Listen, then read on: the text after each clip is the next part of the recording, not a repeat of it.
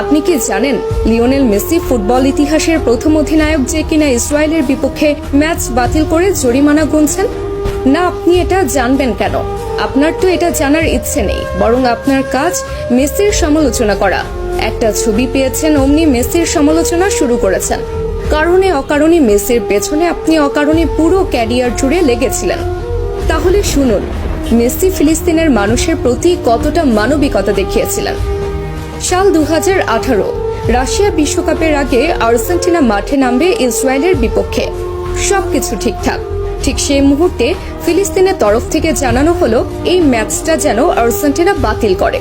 কিন্তু Argentina football অ্যাসোসিয়েশনের তরফ থেকে সেটা সম্ভব ছিল না, কেননা এই ম্যাচটা বাতিল করলে মোটা অঙ্কের জরিমানা গুনতে হতো এএফএ কে।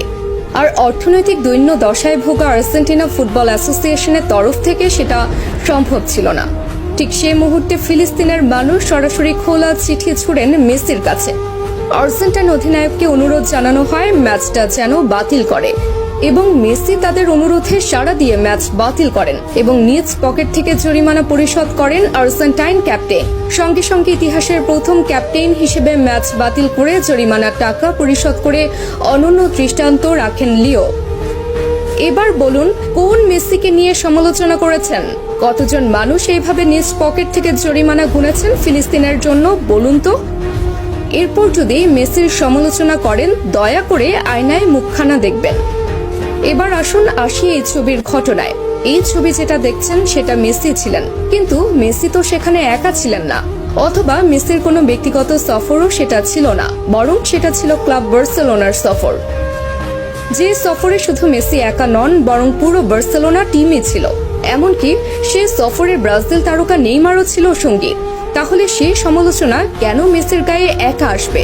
তাছাড়া প্রশ্ন আছে আরো একটা, সে সফরের জন্য ফিলিস্তিনের পক্ষ থেকে কোনো অনুরোধও জানানো হয়নি সফর বাতিল করার জন্য, অথবা ফিলিস্তিনিরাও সেই ছবি নিয়ে কখনো আপত্তি তুলেনি। কিন্তু যখন তারা মেসিকে অনুরোধ জানিয়েছে, সঙ্গে সঙ্গে মেসি সে অনুরোধে সাড়া দিয়েছে। এবার বলুন, মেসি তাহলে কিভাবে ওই ছবির জন্য সমালোচনার প্রাপ্য হন? বরং মেসি ফিলিস্তিনের জন্য যা করেছে আজ পর্যন্ত ফুটবল ইতিহাসের আর কোনো অধিনায়ক করে দেখাতে পারেননি।